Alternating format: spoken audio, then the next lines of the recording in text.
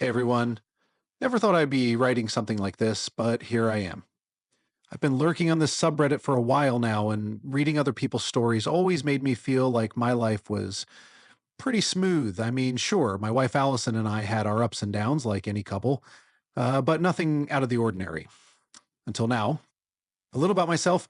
I am 32 years old, born and raised in New Jersey, where I still live today. I'm an electrician, and I am really straightforward. No drama, no secrets. What you see is what you get. I am married to Allison, age 31. She's an event planner and really loves her work. She's one of those uber organized type A personalities that thrives on schedules and lists. I always thought her dedication was one of her best qualities. We met about 6 years ago at a bar in Hoboken. It was one of those classic meet cutes. I spilled my beer on her, she laughed instead of getting mad, and we ended up talking for hours. What initially drew me to her was her confidence and wit. She had a way of making me feel like the most interesting guy in the room. Things moved quickly in our relationship. We moved in together after a year, got a dog, a golden retriever named Max, and eventually bought a modest house in the suburbs. To the outside world, we were the perfect couple, always in sync, people would say. I thought we were. Looking back, I can see little cracks that I ignored. Allison had a temper, and she wasn't great at taking accountability. Arguments would always end with me apologizing, even when I wasn't sure what I'd done wrong. She was also incredibly charming, and honestly, I think I sometimes mistook her ability to smooth things over for genuine resolution. Anyway, that's the background. For 3 years of marriage, I thought we were solid. I thought we were happy. But then this storm hit, and it feels like my entire world has been turned upside down. I'm still trying to process everything, and maybe writing it out will help. If you're listening to this, thanks for sticking with me. Life then fell into an easy rhythm. Allison and I worked full time, but because our schedules rarely crossed paths, that made things, we figured interestingly, good. As an event planner, her life was chock full of conferences, site visits, bride consultations. One of those things. I teased her she was married to her Google Calendar, and I was just the side piece. The truth, though, it didn't bother me one whit. She was very passionate about her work, and I loved seeing her thrive. We pretty much split the household duties in half, with me doing most of the yard work and house repairs, while she decorated and made her house look like it was a spread from some Homes magazine or Pinterest. She always seemed to have energy to burn, whether it was hosting dinner parties, running errands, or planning someone else's wedding. She was one of those people that people relied on, and I admired that about her. The downside was that Allison was just never not busy, like ever. Even when she was home, her head was elsewhere, on her cell, texting away, or what's worse, scrolling down in her email. She loved being busy, she told me, but I couldn't help feeling like I just kept falling further and further down the list. I tried to bring up the subject once, but she just brushed it off with, "You knew this was me when you married me." To be fair to her, I wasn't necessarily perfect either. The electrician job kept me perpetually physically tired, and from time to time, I didn't have the energy to help her out with her zeal for socializing. I actually wanted to crash on the couch upon arriving home, just as she would tell jolly tales of a gala or wedding she might already have been planning for months. We didn't see it as a big deal at the time, just two busy people making it work. We didn't have children, and if I'm being honest, I feel it was more her choice than mine. She would always say, "We'll talk about it in a few years," but I could tell she wasn't in any hurry. Her career came first, and rightly so. I figured we had time, and besides, I liked our life. Date nights, movie nights, or drinks with friends on the weekends. Life wasn't perfect, but it was good. Or so I thought. A couple of months ago, Allison and I got an invite from our friends Ryan and Megan to dinner. They're one of those couples we've known forever. Ryan and I go way back to high school, and Megan became part of the group when they started dating about 5 years ago. Fun, laid back, and always up for a good time. We met at this Italian restaurant in Jersey City, the kind of place that's just loud enough to make you feel like you're part of something exciting. The conversation flowed easily at first, work stories, vacation plans, the usual stuff. Megan mentioned they were finally setting a date for their wedding, which wasn't a surprise. They'd been engaged for 2 years, and I was starting to think they were never going to pull the trigger. Allison immediately perked up. What's the venue? What's the vibe? Do you have a planner yet? The next thing I knew, she was offering to help Megan with the whole thing. She even went as far as to say she'd run some of the planning herself as a favor. Megan looked relieved, and Ryan just shrugged, like, sure, whatever makes her happy. At the time, it seemed harmless. Allison loved planning events, and I figured she was just being her usual overachieving self. But then I started noticing something strange. Ryan and Allison kept exchanging these subtle glances across the table. At first, I thought I was imagining it. Maybe I was being paranoid, but it kept happening. Quick, subtle looks, like they were sharing some inside joke. Told myself I was just reading too much into it. Ryan and I had been friends for years, and Allison had never given me a reason to doubt her. Plus, Megan was sitting right there, completely oblivious to anything unusual. If she wasn't picking up on anything, why should I? After dinner, we walked out together, and Ryan suggested grabbing a drink at a nearby bar. Allison jumped at the idea, but Megan was tired and just wanted to head home. Ryan hesitated for a second, like he wanted to go, but then said, yeah, let's call it a night. As we said our goodbyes, I couldn't shake the feeling that something was off. On the way home, I asked Allison if she noticed anything strange about Ryan. She laughed it off, saying, you're imagining things. He's just excited about the wedding. I let it go, but the thought lingered in the back of my mind. After that dinner, life went on as usual. Or so it seemed. Allison was busier than ever with work, but now she was also spending a lot of time helping Megan with wedding stuff. At first, I didn't think much of it. Weddings are complicated, and Allison was a pro at making things happen. Plus, Megan was pretty clueless when it came to planning, so it made sense for Allison to step in. First, Allison was suddenly texting Ryan a lot. Not Megan, Ryan. She'd laugh at something on her phone, and when I asked what was so funny, she'd just say, oh, it's Ryan. He's stressed about wedding stuff. That didn't sit right with me. Since when did grooms care that much about planning? And why was it Megan the one texting her? And then there were the late nights. Allison started coming home later and later, saying she was meeting Megan to discuss some aspect of the wedding or other. But when I pressed her on why so frequently, she got defensive. Do you have any idea how much goes into planning a wedding? She snapped one night. Megan's depending on me, and I'm not going to let her down. I didn't want to accuse her of anything, so I let it slide. But it kept happening. Then there were the little things, like how she suddenly seemed so much more concerned about her appearance. Let's see. She started wearing nicer outfits just because, took more time with her makeup, and even bought new lingerie. When I confronted her about it, she rolled her eyes and said, can't I feel good about myself without you reading into it? Maybe I should have listened to my gut, but I didn't. I told myself I was overthinking things, that Allison was just caught up in her usual whirlwind of activity. Besides, Ryan was my friend. I couldn't imagine him betraying me like that. The weirdest moment came one night when Allison was out helping Megan, and I texted her, asking what time she'd be home. She didn't respond for hours, and then said her phone had been on silent. That might have been believable, except I'd seen her obsessively checking her phone all the time lately. I told myself I was just being paranoid, that I needed to chill. Yet, deep inside, something didn't seem right. The tension built up until I began observing more carefully. So, a few weeks later, Ryan and Megan invited us out again. This time it was to dinner at their house. Nothing too out of the ordinary, just a casual get-together with a few other friends. At the time, I didn't really think anything of it, but looking back, it felt like some kind of test.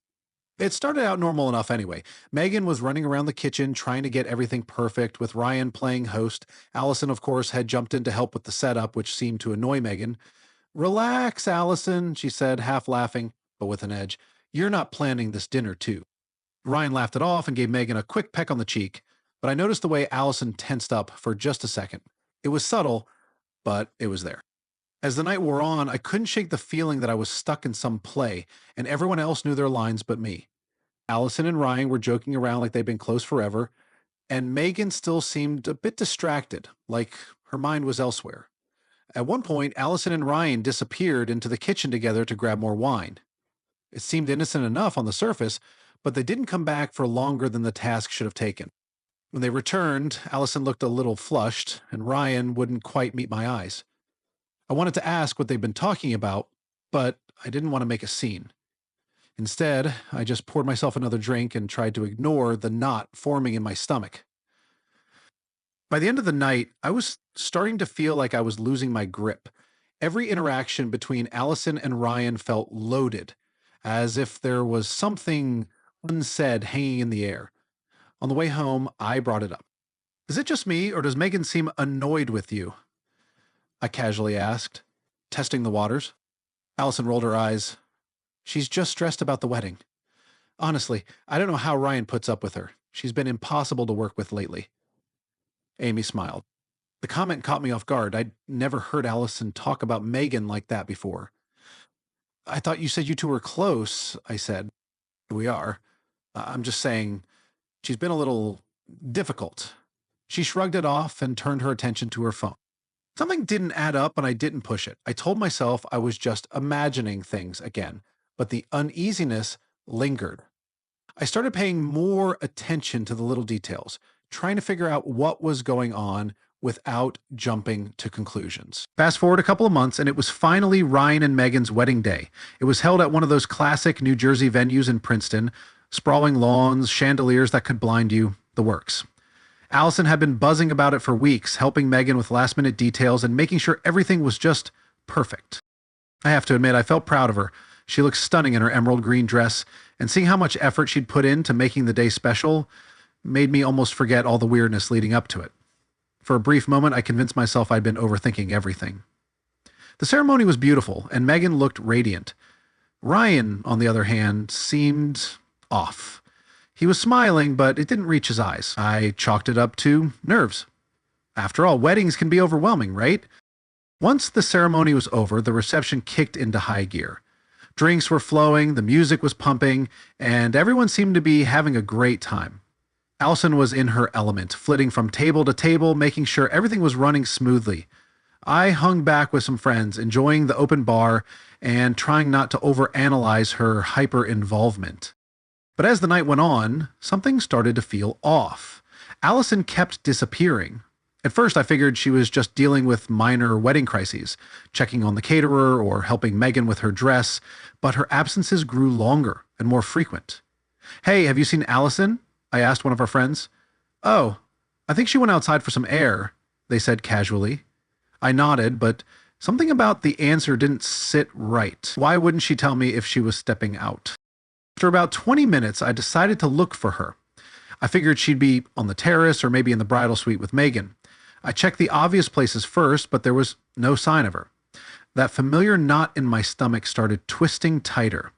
I wandered through the venue, checking side rooms and hallways. Still nothing. Finally, I headed toward the back of the building, where there was a small, dimly lit lounge area. The door was slightly ajar, and as I got closer, I heard muffled voices. I pushed the door open, and that's when I saw them. Allison and Ryan, my wife and my best friend.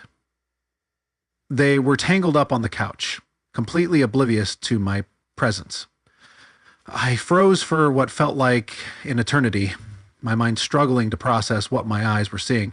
The sound of the door creaking startled them, and they both turned to look at me.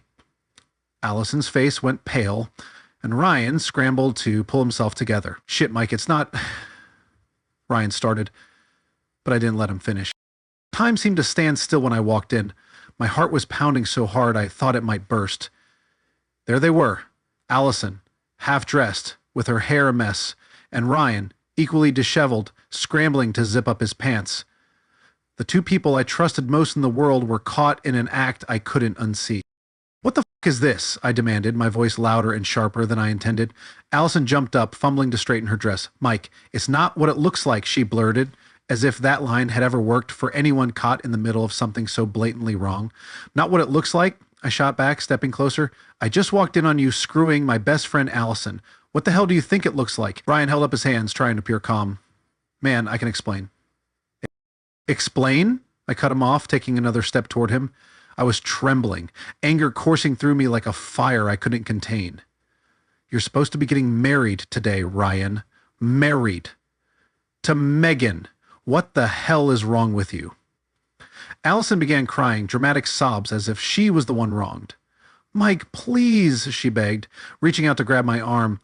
Let's just talk about this. We can fix it. I yanked my arm away, the revulsion clear in my voice. Fix it? Are you out of your damn mind, Allison? You're screwing my best friend on his wedding day. And you think we can fix this? Ryan tried to interject again, stepping toward me, but I wasn't having it.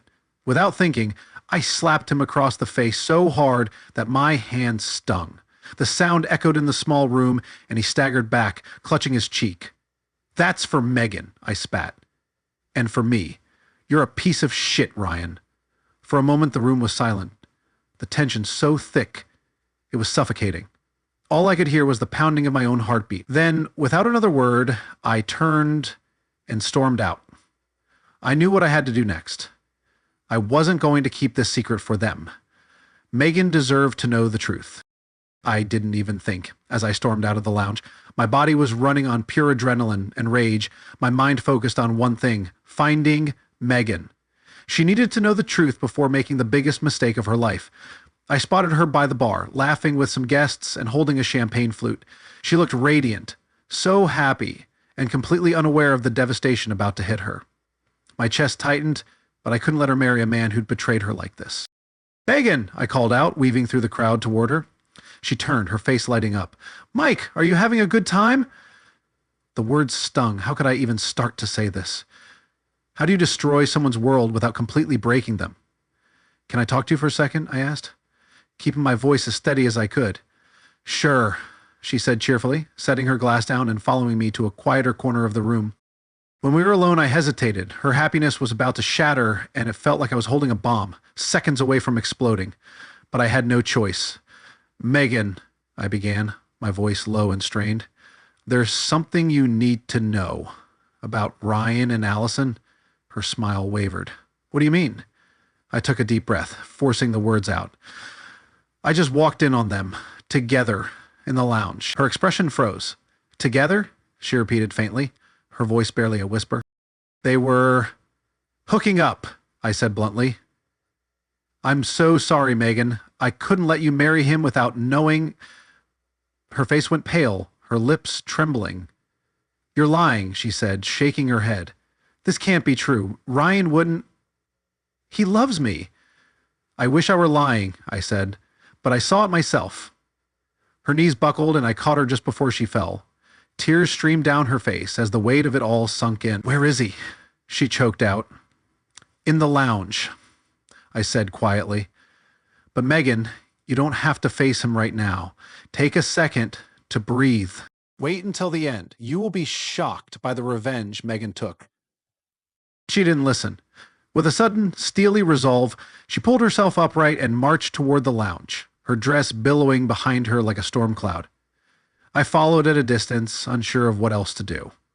When she pushed open the lounge door, the scene inside was as pathetic as when I'd left. Ryan was slumped on the couch, his head in his hands, while Allison stood off to the side, still crying. Megan's voice cut through the room like a knife. What the fuck is going on here? Ryan looked up, guilt and panic written all over his face. Megan, I can explain. Don't you dare try to explain, she snapped. On our wedding day, Ryan, with Allison? Are you serious? Allison opened her mouth to speak, but Megan silenced her with a raised hand. Don't. I don't want to hear a single word from you. What followed was a blur of shouting, accusations, and tears. By the time it was over, Megan had announced that the wedding was off. She stormed out of the venue like the world's biggest fool. As for Allison, she tried to follow me when I left, begging me to talk to her, to listen. But I was done. Completely and utterly done. After the scene in the lounge, the rest of the night felt like an out-of-body experience. Megan's announcement that the wedding was off spread through the venue like wildfire. Guests whispered and exchanged confused glances, the atmosphere charged with shock and speculation. Ryan vanished, I didn't care where, and Allison trailed behind me like a shadow, pleading desperately. Mike, please, she begged, her voice trembling as we stood outside the venue under the cold night sky. We can fix this. It didn't mean anything. I just got caught up in the moment. I spun around to face her, my anger and betrayal erupting. Caught up in the moment? Are you serious, Allison? This wasn't some fleeting mistake. You've been sneaking around with my best friend on his wedding day. Do you even hear how ridiculous you sound? Her tears flowed freely now, mascara streaking her face. Normally that would have made me soften, but not this time. Not after what she'd done. Was it just today? I asked coldly, my voice cutting through her sobs. Or has this been going on for a while? She avoided my gaze, and the silence was answer enough. How long, I demanded, my voice rising, how long has this been happening, Allison? Just a couple of times, she whispered, her words barely audible. A couple of times, I shouted, my voice echoing in the empty parking lot. Are you kidding me? Was anything about our marriage real to you? Or was I just some convenient placeholder while you my best friend? It wasn't like that, she cried, her voice cracking. I love you, Mike. I swear I do. Don't, I said sharply, shaking my head. Don't you dare say that word. You don't get to use love after this. She reached for my hand, but I yanked it away. I'm going home, I said firmly. Alone. I don't care where you go, but it's not with me. For the first time, I saw real fear in her eyes. Mike, please, she begged, her voice breaking. But I didn't look back. I walked to my car, every step feeling heavier than the last. The drive home was a blur. My mind raced, flipping between anger, disbelief, and a hollow sadness I couldn't shake. By the time I got home, I felt like I was running on fumes. I poured myself a stiff drink, collapsed onto the couch, and stared blankly into the darkness. My phone buzzed incessantly, calls and texts from Allison, along with messages from mutual friends who had clearly heard about the chaos at the wedding. I ignored all of it. I didn't have the energy to explain anything to anyone. I just sat there, numb, trying to process how my life had unraveled in a matter of hours. I barely slept that night. Every detail kept playing on a loop in my mind. The scene in the lounge, Megan's devastated face when I told her, Allison's desperate pleas. It felt like I was stuck in a nightmare I couldn't escape. By the time the sun came up, I was drained but resolute. I was done with Allison. Around 9 a.m., a knock came at the door. I didn't need to check to know who it was. When I opened it, there she was. Allison. Her eyes were swollen and red, her hair disheveled. She looked like she hadn't slept, either. Mike, she said, her voice trembling, can we please talk? I crossed my arms and leaned against the doorframe. What's there to talk about? You cheated on me. With my best friend. On his wedding day. I think that says it all. Please, she said, tears already welling in her eyes, just let me explain. Explain, I shot back, my voice sharp. What exactly do you want to explain? That you and Ryan have been sneaking around behind my back? That you've been lying to me for who knows how long? What's left to explain, Allison? She stepped closer, her voice breaking. It wasn't like that, Mike. I never meant to hurt you. I don't even know why it happened. I let out a bitter laugh. You don't know why. That's your excuse. You don't just accidentally sleep with someone. You made a choice, Allison.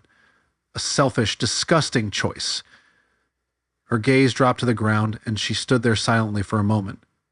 Then, as if clinging to one last hope, she said, I'll do anything to fix this. We can go to counseling. Please, Mike. Stop, I said, holding up a hand.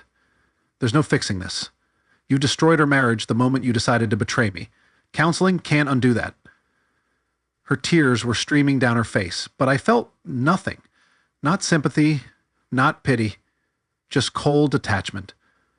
You need to leave, I said, my voice steady but firm. Pack your things and go. I don't want you here anymore. Mike, please, she sobbed. We've been through so much together. Don't throw it all away. I stepped back and gestured toward the door. I'm not the one who threw it all away, Allison. You did. Now leave. She lingered for a moment, like she thought I might change my mind, but when she saw the finality in my expression, she turned and walked away, her shoulders slumped in defeat. When the door closed behind her, I felt a strange combination of relief and sadness. I knew I had made the right decision, but that didn't make the pain go away. The woman I thought I'd spend the rest of my life with had turned out to be a stranger I didn't want in my life anymore. The rest of the day passed in a haze. I ignored my phone, which kept buzzing with texts and calls. Megan called once, but I couldn't bring myself to answer. What could I possibly say to her after everything? For now, I just needed to sit with the wreckage of my life and try to make sense of it all. Until one day, 2 days after the wedding, that wasn't, Megan called me again. I almost didn't answer, but something in me knew I owed her that much. "Hey, Megan," I said, cautiously, unsure of what to expect. Her voice was calm, almost eerily so. "Hi, Mike. I need to talk to you about Allison and Ryan." I sighed. "Megan, I've already told you everything I know. I'm so sorry for—" "Oh, I'm not calling to get more details," she cut me off. "I'm so sorry for— I'm calling to tell you what I'm about to do." That got my attention. "What do you mean?" "I've been thinking," she said. "At first I was devastated. I wanted to crawl into a hole and pretend none of this ever happened. But now I'm furious. And there's no way they're getting away with this." I couldn't help but respect her resolve. "So, what are you planning?" She gave a dark chuckle. "Well, for starters, Ryan doesn't know this, but I'm the one who paid for most of the wedding expenses. Venue, catering, flowers, all of it. And guess who's about to get a bill for everything?" I let out a low whistle. "Damn, Megan, that's intense." "Oh, I'm just getting started," she said. "I've got proof of everything. Emails, texts, and even security footage from the venue. Turns out there was a camera in the lounge. The manager was more than happy to let me access it once I explained what happened. I felt a surge of vindication. Wait, there's actual video of them?" "Crystal clear," she confirmed. "And I'm sending copies to Ryan's parents, his boss, and a few mutual friends who've been singing his praises for years. Let's see how he handles his perfect image being shattered." I was stunned. On one hand, it felt harsh, but on the other, it was hard to deny that they'd earned it. "And Allison?" I asked, curious what she had planned for my soon-to-be ex-wife. Megan's voice turned icy. "Oh, she's not getting off easy. I already sent screenshots of their texts to her boss. Let's see how well she does in her career after everyone knows she was screwing the groom while playing the helpful wedding planner." For a brief moment, I felt a flicker of pity for Allison. But then I remembered the look on her face in the lounge and the lies she tried to spin afterward. She'd made her bed, and now she had to lie in it. "Megan, are you sure about all this?" I asked, not entirely convinced. "Absolutely," she said without hesitation. "They didn't hesitate to betray us. Why should I hesitate to hold them accountable?" I couldn't argue with that. Megan had every right to be angry, and if this was how she found closure, I wasn't going to stand in her way. "Well," I said, "if there's anything I can do to help, just let me know." "All right," she said. The little piece of paper fell on the floor from her hands. She reached for the pencil and wrote on the paper. "You've already done enough," she replied. "You told me the truth. Now, it's my turn to handle the rest." As we hung up, I felt a strange mix of admiration and closure. Megan was taking control in a way I hadn't yet managed. Maybe justice wouldn't fix everything, but it was a start. Megan didn't hold back, and by the end of the week, her plan had unleashed absolute chaos. The security footage and text screenshots she shared with Ryan's parents, his boss, and half our mutual friends hit like a bomb. The fallout was swift, and it was brutal. Ryan's parents, who had always been so proud of their golden boy, were furious. His mom called Megan in tears, apologizing profusely, while his dad reportedly tore Ryan apart. "You've disgraced this family," was the nicest thing I heard he said. Meanwhile, Ryan's boss wasn't any more forgiving. Working in finance, Ryan's reputation mattered, and his company wanted no part in the scandal. He was placed on indefinite leave, which everyone knows is corporate speak for pack your things, you're done. Since 2017, he has been a public figure because of his work at Selby. Allison didn't fare much better. Megan's email to her boss worked exactly as planned. Allison's company had a strict policy about professionalism, and sleeping with a groom at a wedding you're planning wasn't exactly in line with their standards. She was fired within days. When she showed up to pack her things, word had already spread and her coworkers treated her like a cautionary tale. She quickly became infamous in the local wedding industry. The personal fallout was just as ugly. Friends divided into camps, though most stood by Megan and me. A few, however, tried to smooth things over. People make mistakes, one friend said. I shut that down fast. Cheating isn't a mistake, I replied. It's a choice. And if you're defending them, you're no friend of mine.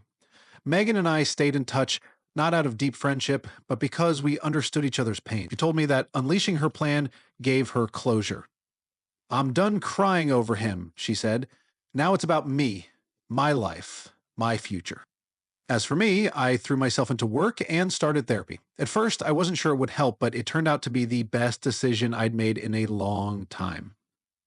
I realized I needed to unpack a lot, not just the betrayal, but why I ignored so many red flags for so long.